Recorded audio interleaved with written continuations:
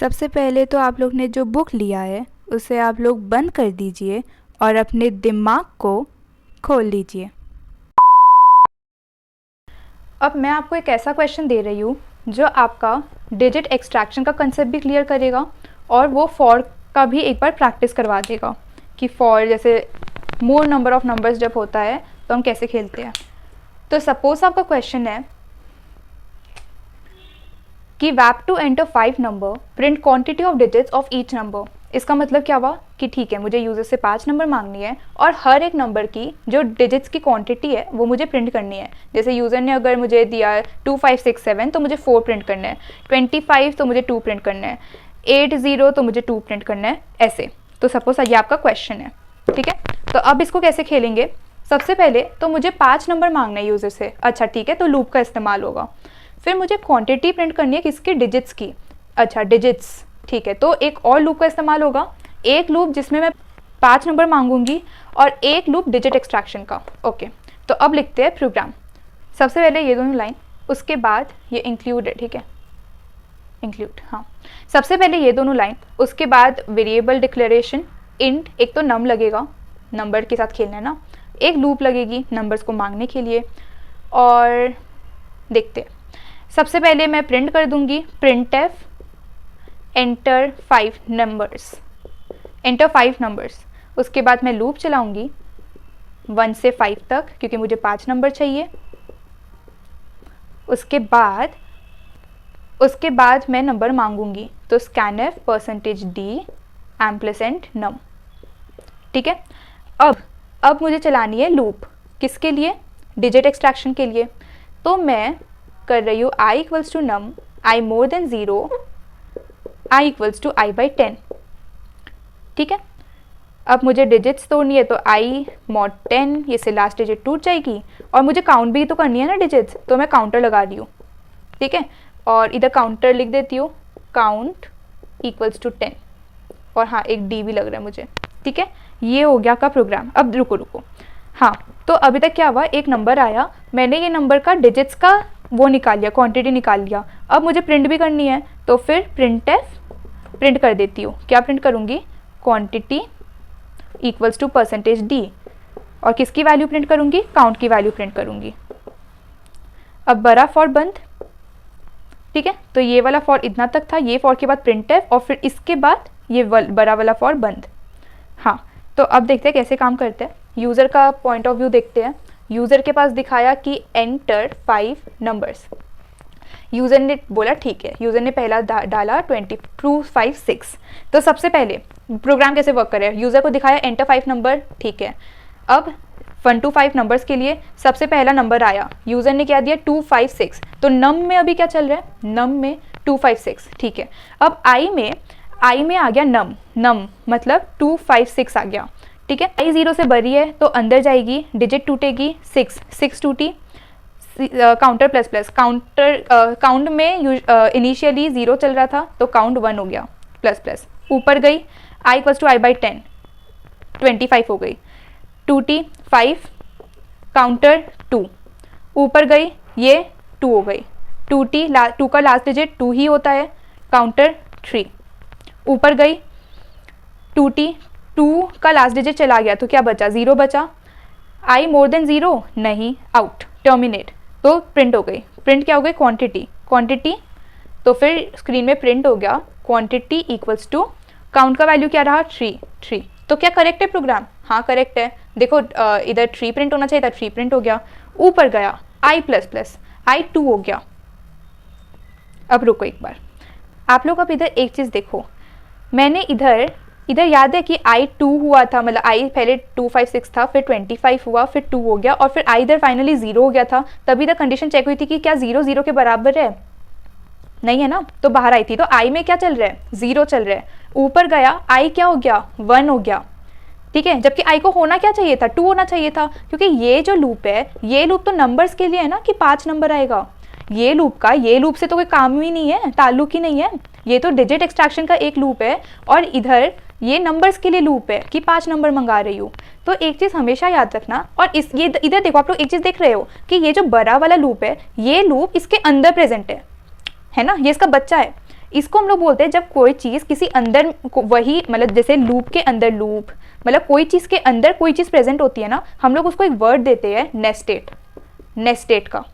तो ये हो गई नेस्टेड लूप। अब जब भी नेस्टेड लूप होती है ना, हमें हमेशा वेरिएबल्स जो है मतलब लूप के लिए जो वेरिएबल्स हम यूज़ कर रहे हैं आई, हम लोग को अलग वेरिएबल यूज़ करना होता है। जैसे अब आई मैंने इसके लिए यूज़ कर लिया तो मुझे इधर अब कुछ अलग वेरिएबल यूज़ करना होगा। मैं इधर जे ले लेती हूँ एक अलग वेरिएबल, क्योंकि देखो जब आई मैं ले रही हूँ तो क्या हो रहा है, आई इधर 0 फेंक रहा है, ऊपर जा रहा है, आई को 2 होना चाहिए पर आई क्या हो रहा है अभी 1 हो रहा है, और 1 आई हो रहा है और इधर सेकंड नंबर आ रहा है। सेकंड नंबर कुछ आएगा 25 सपोज आया, इधर आई टूटते टूटते वापस 0 बन जाएगा और वापस ऊपर जाएगा, आई क्या हो जाएगा, आई 1 हो जाएगा। क्यों? क्योंकि आई में 0 चल रहा था, 25 टूटते टूटते 0 हो जाएगा, ऊपर जाके 1 हो गया। तो ये प्रोसेस तो रिपीट हो रहा है, फिर ये कभी टर्मिनेट ही नहीं होगा। तो याद रखना जब भी नेस्टेड लूप हो ना, लूप के अंदर लूप, तो वेरिएबल्स हम अलग लेते हैं क्योंकि ये दोनों एक दूसरे का कोई ताल्लुक नहीं है ना। ये आपका नंबर मांगने का लूप है, ये आपका डिजिट एक्सट्रैक्शन का लूप है, तो फिर हम वेरिएबल अलग अलग लेंगे। इधर हम आई यूज़ कर रहे हैं तो अभी आई बिजी है तो हम दूसरा वेरिएबल यूज़ कर लेते हैं, कमी थोड़ी है वेरिएबल की। डब्बे का नाम तो आप कुछ भी ले सकते हो, तो दूसरा डब्बा यूज़ कर लेते हैं जे नाम का। ठीक है, तो एक गलती ये। अब इस प्रोग्राम में दूसरी गलती क्या है, सबसे पहले उसको एक बार साइड रखो, इधर आप देखो। अब क्या ये प्रोग्राम आपका राइट है? देखो आपने क्या किया, आई किस चीज़ के लिए है, आई 1 to 5 नंबर के लिए है, 5 नंबर आएगा उसके लिए। जे डिजिट एक्सट्रैक्शन के लिए है, तो इधर मैंने अब क्या लिखा कि जे में आ जाइए नंबर, जे में आ गया 256 आ गया। डिजिट टूटे आई मॉड 10, भाई आई में तो 1 चल रहा है, अब इधर मैं जे लिखूंगी ना तो लोग गलती करते हैं। तो प्रोग्राम बहुत ध्यान से लिखना, जब जे डिजिट एक्सट्रैक्शन के लिए है तो आप इधर भी चेंज कर देना, इधर जे लिख देना, आई मत लिख के आना। ठीक है, तो फिर इधर तो जे होगा। तो एक तो ये।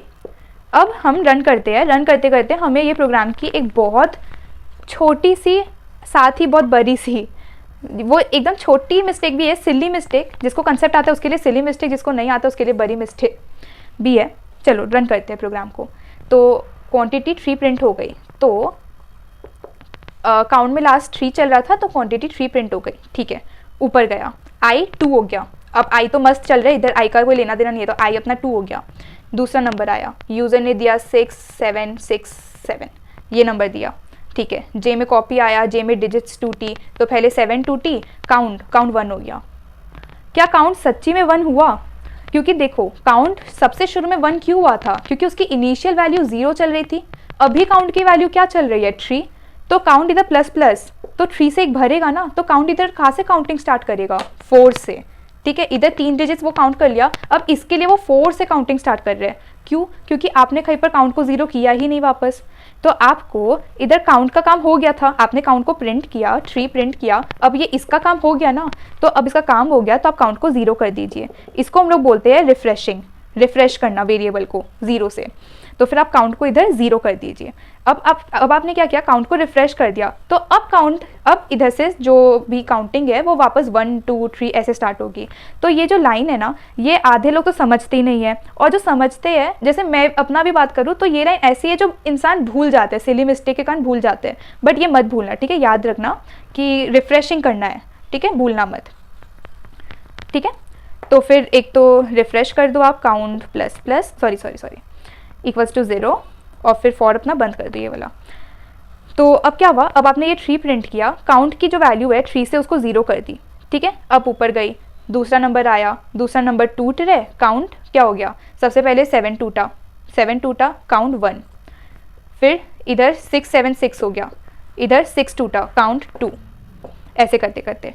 तो अब मुझे ये प्रोग्राम में आप बस एक बात बताओ कि अगर मैं इसको हटा दूँ, डी को मैं हटा दूँ, ये 0 है, डी को मैं हटा दूँ, तो क्या ये प्रोग्राम करेक्ट है? देखते हैं।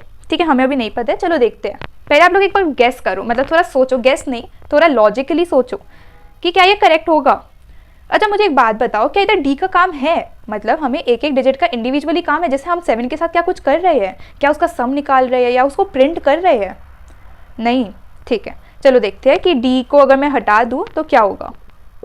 ठीक है, काउंट प्लस प्लस, सबसे पहले 6767 आया, इधर कॉपी हुआ, बना देती हूँ, जे बना रही हूँ। ठीक है, 6767 आया, काउंट 0 चल रहा था, काउंट 1 हो गया, ऊपर गया, जे टूटा, 6 7 6 हो गया, बरी है हाँ, काउंट 2 हो गया, ऊपर गया, जे टूटा, 6 7 बरी है हाँ, काउंट 3 हो गया, ऊपर गया, जे टूटा, 6 6 बरी है 0 से हाँ, काउंट 4 हो गया, ऊपर गया, जे टूटा, 0, क्या जो 0 है वो 0 से बरी है, नहीं, आउट, टर्मिनेट, काउंट में 4 आ गया, और क्या 4 आना चाहिए था, हाँ 4 आना चाहिए था। तो देखो इसमें जैसे डिजिट का कोई काम नहीं था, है ना, हमें एक एक डिजिट से कोई काम नहीं था, तो इसमें क्यों लिखना। तो फिर जो रट्टा मारते हैं ना प्रोग्राम्स को, वो लोग लिखेंगे क्यों, क्योंकि भाई डिजिट एक्सट्रैक्शन का केस है तो डिजिट की ज़रूरत तो पड़ेगी, तो डिजिट तो लिखना ही पड़ेगा ऑब्वियसली। क्या ऑब्वियसली भाई, इसमें हमें कहाँ ज़रूरत पड़ रही है एक एक डिजिट की जो हम तोड़ें, है ना। तो इसको बोलते हैं वेरिएबल्स बचाना, जब आपका यूज़ में नहीं आए तो आप क्यों यूज़ कर रहे हो। तो फिर बस ये आपका कंप्लीट प्रोग्राम है। तो इसमें आपने बहुत नया चीज़ सीखा। एक चीज़ सीखा नेस्टेड लूप, इसको नेस्टेड लूप बोलते हैं, और वेरिएबल्स अलग अलग यूज़ करनी है, ठीक है। दूसरा आपने सीखा कि हर डिजिट एक्सट्रैक्शन का प्रोग्राम में ज़रूरी नहीं है कि आपको एक एक डिजिट की ज़रूरत पड़े तो आप डिजिट तोड़ो ही, डी का ज़रूरत नहीं पड़ता, जैसे इसमें नहीं पड़ा। तीसरा चीज़ आपने सीखा रिफ्रेशिंग का कंसेप्ट। अब आप रिफ्रेश कहाँ करोगे ये भी इंपॉर्टेंट है। आपने जब प्रिंट कर दिया, आपको पता है अब जो सी में वैल्यू है 3, उसका आपको कोई काम नहीं है, आप उसको रिफ्रेश कर दिए नेक्स्ट राउंड के लिए, ठीक है। उसके बाद ऊपर गया आई, तो फिर आपने इस प्रोग्राम से बहुत कुछ सीखा। ओके, चलो एक और प्रोग्राम देखते हैं। वैप टू इनपुट 5 नंबर, ठीक है, print them in reverse order. Question बोल रहे हैं, क्वेश्चन मैं थोड़ा समझा देती हूँ आपको। क्वेश्चन बोल रहे हैं कि आप यूज़र से 5 नंबर मांगो, 5 6 7 8 10, और फिर आप उसको रिवर्स ऑर्डर में प्रिंट करो। जैसे यूज़र ने ऐसे नंबर दिया तो आप प्रिंट करो 10 8 7 6 5। इसको कैसे करेंगे। अच्छा, आप मेरे को एक बात बताओ, अभी तक हमने जितना प्रोग्राम किया, जैसे अभी हमने एक प्रोग्राम किया था जिसमें आपके पास एक नंबर आया, आपने उसका क्वांटिटी ऑफ डिजिट्स प्रिंट कर दिया, फिर दूसरा नंबर आया, फिर ऐसे प्रिंट कर दिया। तो जब आप दूसरा का प्रिंट कर रहे थे, क्या आपको पहला नंबर का कोई दरकार था, नहीं था। तो फिर ये पहला नंबर आया और गया, तो उसका जाने से आपको फ़र्क नहीं पड़ा क्योंकि आपको उसका दरकार नहीं था। पर अब इस प्रोग्राम में जब एक नंबर आ रहा है, दूसरा नंबर आ रहा है, तीसरा आ रहा है, आपको पहला नंबर का अभी भी दरकार पड़ेगा, लास्ट में दरकार पड़ेगा, क्योंकि आपको पहले सारा नंबर्स मंगाना है, फिर उसको रिवर्स ऑर्डर में प्रिंट करना है। तो जब आप लास्ट में ऐसे प्रिंट कर रहे होगा, आपको पहला नंबर का दरकार पड़ेगा, सेकंड लास्ट जब प्रिंट कर रहे होगा आपको ये नंबर का दरकार पड़ेगा। मेरा कहने का मतलब है कि आपको इसमें सारे नंबर का दरकार साइमल्टेनियसली पड़ेगा, ठीक है। तो अब क्या होता है, अब ऐसा तो नहीं है कि 10 नंबर है, मतलब इधर तो 5 है, सपोज 10 नंबर होता तो 10 नंबर के लिए 10 वेरिएबल्स लो, ऐसा गेम नहीं चलता। तो गेम कैसे चलते हैं, इसमें एक बहुत इंटरेस्टिंग कॉन्सेप्ट आता है, और one of my favourite concept is array का कॉन्सेप्ट। देखो इसको लोग, मतलब इसको असली में अरे बोलते हैं, लेकिन मैं एरे ही बोलूँगी, ठीक है, मेरा मन। तो एरे का कंसेप्ट। अब एरे में क्या होता है, जैसे कि जब आप एक वेरिएबल का बात करो, एक वेरिएबल सपोज मैंने नम लिया, तो वेरिएबल कुछ ऐसा दिखता है, डब्बा सा, इसमें मैं एक वैल्यू स्टोर कर सकती हूँ। एरे जो होता है ना, वो क्या होता है, वो कलेक्शन होते हैं, बहुत सारे वैल्यूज़ का कलेक्शन होता है।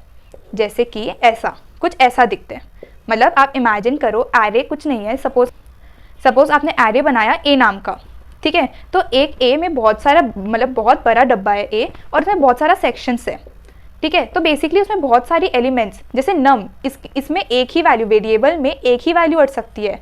एरे में आपने जितना डब्बा बनाया है ना, मतलब जितना सेक्शंस किया है उतना वैल्यूज अट सकते हैं। जैसे एक एरे में बहुत सारा नम्स अट सकते हैं, ठीक है। तो एरे इज अ कलेक्शन, ठीक है, collection of what, collection of elements. लेकिन एक चीज़ इसमें वो है, जैसे नम आप पहले बता दोगे ना, प्रोग्राम में लिखते हो इंट नम, तो जो नम है वो कौन सा डेटा टाइप से बिलोंग करता है, इंटीजर से। वैसे ही एरे आपको पहले बताना होगा, जो आपका एरे जो ए है ना, वो किससे बिलोंग करता है। मैं अभी इंटीजर्स के साथ खेल रही हूँ, ठीक है। तो आप एक इंटीजर टाइप एरे बना रहे हो, तो फिर it is a collection of elements, बहुत सारे elements, it is a collection of elements of same data type. क्योंकि देखो आप इंटीजर एरे बना रहे हो, तो इसमें जो भी वैल्यूज़ होगी सारे इंटीजर्स होगी। अगर आप फ्लोट एरे बना रहे हो तो इसमें सारी वैल्यूज़ फ्लोट की होंगी, ठीक है। तो एरे ये होते हैं। अब इसमें बोला है वैप to input 5 number, print them in reverse order. Array का हम कब इस्तेमाल करते हैं, जब हमें सारे नंबर साइमल्टेनियसली, सारे नंबर की नीड हो।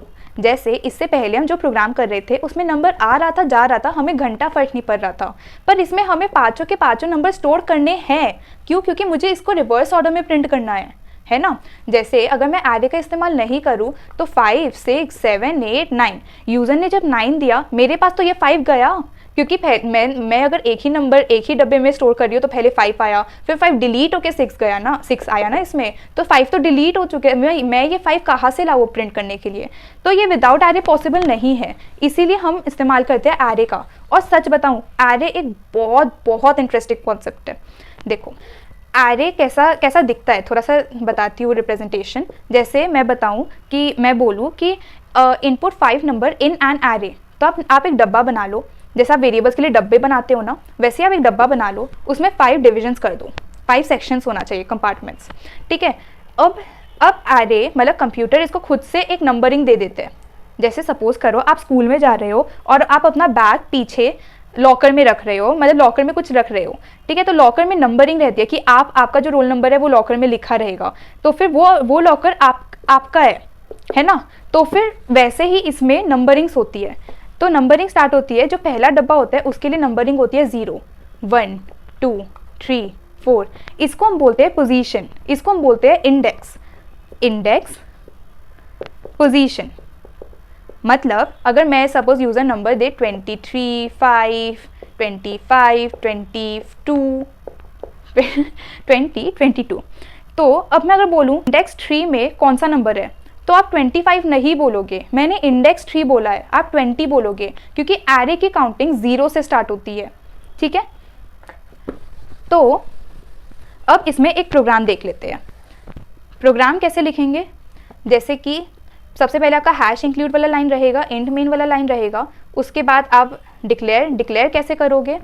वेरिएबल लिखोगे, मतलब जो पूरा बड़ा सा डब्बा है उसका एक नाम रहेगा, ठीक है। देखो बड़ा डब्बा है, ये पूरा बड़ा डब्बा का एक नाम रहेगा ए, ठीक है। अब इसकी सेक्शंस है ना, तो आपको पता है ये 0, 1, 2, 3, 4, ठीक है। तो अब आपको सपोज ये डिनोट करना है ना, तो आप कैसे करोगे? ए स्क्वायर ब्रैकेट्स में 2, ए से मतलब ये पूरा डब्बा, उसका 2 इंडेक्स, अच्छा ये वाला, तो आप ऐसे डिनोट करते हो, ठीक है। तो सबसे पहले तो आप लिखोगे इंट, फिर स्क्वायर ब्रैकेट में आपको जितना भी साइज का एरे बनाना है, जैसे 1, 2, 0, 1, 2, ये तो हो गया इंडेक्स। साइज क्या होता है? 1, 2, 3 सेक्शंस है, 3 कंपार्टमेंट है, अच्छा 3 बक्सा, 3 सेक्शंस का एरे बनाने में को, तो इसको साइज बोलते हैं, ठीक है। तो फिर आपने ये बना दिया, फिर आपको एक लूप के लिए चाहिए, लूप चलाना है। अभी तो आपको 3 नहीं चाहिए, 5 है ना, 5 नंबर, तो 5 चाहिए। एक लूप के लिए आई चलानी है और देखा जाएगा। इसमें आपको नम नहीं चाहिए, क्यों? क्योंकि आपका नम क्या है? नम आपका पहले एक डब्बा था, अभी वो डब्बा क्या काम करे? ये एरे का सेक्शन, और एरे का सेक्शन हम कैसे डिनोट करते हैं? A of 0, A of 1, A of 2, तो नम बाहर में गया। अभी हम ये देखेंगे, ठीक है। तो सबसे पहले तो आप यूज़र को बोल दो कि एंटर 5 नंबर्स, बोल दिया यूज़र को, फॉर चला दो। फॉर में i इक्वल्स टू 1 नहीं, क्यों? क्योंकि एरे की काउंटिंग 0 से स्टार्ट होती है, तो आपको 0th जो इंडेक्स है उसमें भी कोई एलिमेंट चाहिए होगी ना, तो i को 0 से स्टार्ट करो। i लेस देन 5 मतलब 5 में नहीं जाएगी अंदर, 4 तक चलेगी, और हमें 4 तक ही चलाना है, क्योंकि 0 से 4 क्या होता है? 5 नंबर्स होता है, 0, 1, 2, 3, 4 और i प्लस प्लस। अब इसमें आप क्या करो, आप रीड कर लो नंबर्स, आप मांग लो, यूज़र से मंगा लो नंबर्स। एम्परसेंड ए ऑफ, इधर अब आप क्या लिखो? i लिखो। क्यों? क्योंकि देखो i जब 0 है, आपको सबसे पहले a ऑफ 0 में चाहिए। a ऑफ 0 कैसे लिखोगे? आप इधर a ऑफ 0 लिख दोगे तो पहला एलिमेंट इसमें आ जाएगा। अब आप सेकंड i जब 1 होगा तो आप इधर आपने a ऑफ 0 लिखा है, तो फर्स्ट वाला पोजीशन में एलिमेंट्स घुसते रहेगा, तो आपको इधर a ऑफ i लिखना है, ठीक है। तो जब a ऑफ i 0 रहेगी तो a ऑफ 0 में एलिमेंट आएगा, i 1 होगी, a ऑफ 1 में एलिमेंट आएगा, तो ऐसे। अब क्या होगा कि सबसे पहले वेरिएबल डिक्लेरेशन के दौरान जब आपने ये लिखा तो कंप्यूटर ने एक डब्बा बना लिया और उसमें 5, 1, 2, 3, 4, 5 हो गया, ठीक है, सेक्शंस हो गया। कंप्यूटर ने ये खुद अलॉट कर दिया, तो इधर बस इतना काम हो चुका है। अब आपने यूज़र को बोला कि 5 नंबर डालो, तो यूज़र ने 5 नंबर दे दिया जो इसमें स्टोर हो गया। तो सपोज यूज़र ने 25, 6, 7, 9, 10 ये नंबर दिए तो इसमें से स्टोर हो गया। अब आप इसको बंद भी कर दो, आप देखो काम इधर भी कर सकते हो, काम बाहर भी, कहीं पर भी काम कर सकते हो, लेकिन मैं बता रही हूँ कि आप इसको बंद भी कर दोगे ना तो आपका नंबर्स गायब नहीं होगा, क्योंकि इधर वो आने जाने वाला कंसेप्ट नहीं है, इधर आके स्टोर होने वाला कंसेप्ट है। तो ये नंबर अभी आपका सेफ है, आपके पास है ये नंबर, आप इसके साथ अब कुछ भी करो। तो फॉर आई, अब मुझे क्या करना है, मैंने क्या बोला, क्वेश्चन क्या बोल रहे हैं, क्वेश्चन बोल रहे हैं कि print them in reverse order. अच्छा, ये एरे है मेरा, मतलब यूज़र ने ऐसा कुछ दिया होगा, यूज़र ने ये दिया होगा, ठीक है। तो अब मुझे क्या प्रिंट करना है, 10, 9, 7, 6, 25, हाँ, तो मुझे ये प्रिंट करना है, ठीक है, ये इधर से मुझे प्रिंट करना है। तो मतलब मुझे ये जो एरे है इसको उल्टा प्रिंट करना है। तो बस इसमें क्या रॉकेट साइंस है, इसमें मैं आई चलाऊंगी, एक काम करूंगी 4 से चलाती हूँ। क्यों 4 से चलाती हूँ, क्योंकि मुझे पहले तो ये नंबर प्रिंट करना है और मुझे लास्ट में ये नंबर प्रिंट करना है 0th इंडेक्स का। तो आई, मैं चाहती हूँ कि 4 में लूप अंदर घुसे, 3 में अंदर घुसे, 0 में अंदर घुसे, हाँ। तो आई मोर देन इक्वल्स टू 0 कर देती हूँ और आई माइनस माइनस कर देती हूँ। तो इससे क्या होगा, आई पहले 4 में घुसेगी, फिर 3 में घुसेगी, 2 में घुसेगी, 1 में घुसेगी, 0 में घुसेगी, हाँ। और फिर आई जब -1 हो जाएगा, क्योंकि -1 बड़ी नहीं है 0 से या बराबर नहीं है, तो टर्मिनेट हो जाएगी लूप। बेस्ट। अब मुझे प्रिंट करना है, तो प्रिंट कैसे करूँगी, %d, एम्परसेंड नहीं दूंगी, वो स्कैनफ में होता है, a ऑफ i। तो सबसे पहले a ऑफ 4 प्रिंट हो जाएगा, a ऑफ 3 प्रिंट हो जाएगा, a ऑफ 2 ऐसे करते करते प्रिंट हो जाएगा। परफेक्ट, ये हो गया मेरा कंप्लीट प्रोग्राम। अब ये प्रोग्राम में एक चीज़ है, मैंने इधर 2 लूप चलाए हैं, दोनों लूप में मैंने आई यूज़ किया है। ऐसा क्यों, मैंने बोला था ना लास्ट प्रोग्राम में कि 2 लूप के लिए जे यूज़ करो, आई अलग अलग वेरिएबल यूज़ करो। देखो, मैंने ऐसा कुछ नहीं बोला था कि जब 2 लूप होते हैं तो आपको अलग अलग वेरिएबल यूज़ करना होता है। मैंने बोला था जब नेस्टेड लूप होते हैं और दोनों लूप एक दूसरे से लिंक्ड नहीं है, अब डिपेंड करते हैं क्वेश्चन में, तो आप उस टाइम आई कुछ काम कर रहे हैं, जे कुछ काम कर रहे हैं। पर इधर देखो, इधर ये वो हो गया जब फॉर के अंदर फॉर होता है, उसको हम लोग नेस्टेड फॉर बोलते हैं। अब इधर नेस्टेड है, मतलब ये फॉर खत्म हो जा रहा है, फिर इधर दूसरा फॉर चालू हो रहा है। तो जब ऐसे 2 फॉर ऐसे होते हैं ना, ऊपर नीचे ऐसे करके, तो इसको हम बोलते हैं पैरेलल फॉर। पैरेलल लाइंस जानते हो ये, तो पैरेलल फॉर मतलब इधर कुछ काम हुआ फिर एक और फॉर, इसको हम लोग पैरेलल फॉर बोलते हैं। और पैरेलल फॉर में हम आई सेम वेरिएबल यूज कर सकते हैं। क्यों, क्योंकि देखो इधर शुरू में आई का काम पूरा हो गया, आई 5 होके टर्मिनेट हो गया, अब इधर मैं आई को 4 से इनिशियलाइज करके आई का काम करवा रही हूँ, तो ये दोनों तो फुल्ली इंडिपेंडेंट है ना। तो फिर हम इधर सेम वेरिएबल यूज कर सकते हैं। ये आपका प्रोग्राम है और ये एरे का छोटा सा प्यारा सा कंसेप्ट है, ठीक है। अभी मैंने लास्ट प्रोग्राम के द्वारा आपको दिखाया कि एरे का एक्चुअली यूज होता क्या है, एरे हम यूज क्यों करते हैं, एरे गेम में क्यों है, ताकि हमारा एक होता है कि हमें बोला जाए कि इनपुट 10 नंबर, उसके बाद कुछ करो, ठीक है। तो अगर हमारा काम ऐसे चल रहा है कि नंबर आ रहे जा रहे उस समय कोई प्रॉब्लम नहीं हो रही, तब तो पहले जो हम कर रहे थे वो करेंगे। पर अगर हमें काम पड़ रहा है, सारा नंबर का साइमल्टेनियसली एक साथ काम पड़ रहा है और हमें स्टोर करने की जरूरत पड़ रही है, तो हम एरे का इस्तेमाल करते हैं। But the thing is, question ऐसे भी आ सकता है कि input 10 numbers in array and add them, ठीक है। अब देखो, अगर इन एरे मेंशन नहीं होता तो इसको नॉर्मली हमने सीखा ही था कि इनपुट 10 नंबर्स और हमें उसका सम निकालना है, हाँ ठीक है, वो तो ईजी है और वो तो बिना एरे के हो जाएगा, ठीक है। तो फिर इधर क्वेश्चन में अगर आ गया input 10 numbers in array mention है, तो देखो बिना एरे के सारे सम्स एरे में हो सकते हैं, ठीक है। बस ये कि रिक्वायरमेंट नहीं होती तो देना नहीं चाहिए ऐसा टाइप का क्वेश्चन, बट ठीक है, लॉजिक चेक करने के लिए दे सकते हैं। तो अगर ऐसा टाइप का क्वेश्चन आए तो फिर कुछ नहीं करना, सबसे पहले आप जब नंबर्स मांगोगे ना तो एरे में मांग लेना, एरे में उसको स्टोर कर लेना और फिर उसके साथ खेल लेना।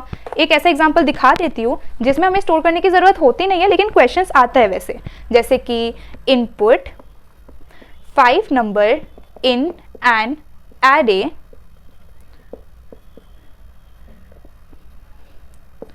Print sum of them. तो इसमें नॉर्मली मैं क्या करती, हैश इंक्लूड इंट मिन लिखती, फिर इंट आई और नम लिखती और सम इक्वल्स टू 0 लिखती, उसके बाद मैं लूप चलाती फॉर आई 1 to 5 और फिर एक एक नंबर आता और नंबर आते रहता और मैं उसको कैलकुलेट करती sum equals to sum plus num में और फिर हो जाता। नॉर्मली ऐसे करती। अब एरे में बोले ना, मेंशन कर दिया है मैम ने या फिर सर ने कि एरे में करो, तो अब क्या करो, बहुत सिंपल है, आपको एरे में नंबर्स मांगने हैं और फिर उसके साथ खेलो। मतलब फर्स्ट में क्या था, आपके पास कहीं स्टोर नहीं हो रहा है, आ रहे जा रहे नंबर, आप वैसे ही कर रहे थे। अब बस इतना है कि आपके पास स्टोर हो रहा है बस। तो फिर आई लो, ए ऑफ 5 ले लो। अब देखते हैं फॉर वो प्रिंट आप लोग देख लेना। फॉर एरे का स्टार्टिंग 0 से होते हैं, तो आई 0, I less than 5, I plus plus, less than 5 है। आप मांग लो नंबर, एरे में नंबर मांग लो, तो फिर इससे क्या होगा, आपका जो भी नंबर सारे वो स्टोर हो जाएगा। फिर एक पैरेलल फॉर चला के अब आप जो नॉर्मली करते वो कर लो, that is I equals to 0, I less than 5, I plus plus. इसमें आप लोग सम कर लो, sum equals to sum plus A of I. उसके बाद ये सम को प्रिंट कर दो। तो ये आपका नॉर्मल, ये आपका प्रोग्राम है जिसमें एक्चुअली में एरे का कोई यूज़ था नहीं, ठीक है। लेकिन अगर क्वेश्चन का डिमांड है इन एन एरे, तो फिर बस आपने एरे में नंबर मांगा, उसका सम निकाल दिया बस। बस एक चीज़ याद रखना कि ये जो आप कर रहे हो, ये आप ऐसे भी कर सकते थे कि ये जो सम का लाइन है ना, आप इधर ही सम कर दो तो, और ये हटा दो, ये पूरा हटा दो, ठीक है, ये पूरा हटा दो और ये जो सम का लाइन है ये इधर भेज दो, तो भी प्रोग्राम करेक्ट होता। पर ये प्रोग्राम सिमिलर हो जाता वो प्रोग्राम से, बिना एरे वाले प्रोग्राम से, ठीक है। तो बस एरे का थोड़ा वो दिखाने के लिए आप क्या करो, आप जब नंबर मंगा रहे हो ना, उसके लिए एक अलग ही लूप यूज़ करो, उसके बाद काम के लिए एक अलग ही लूप यूज़ करो बस।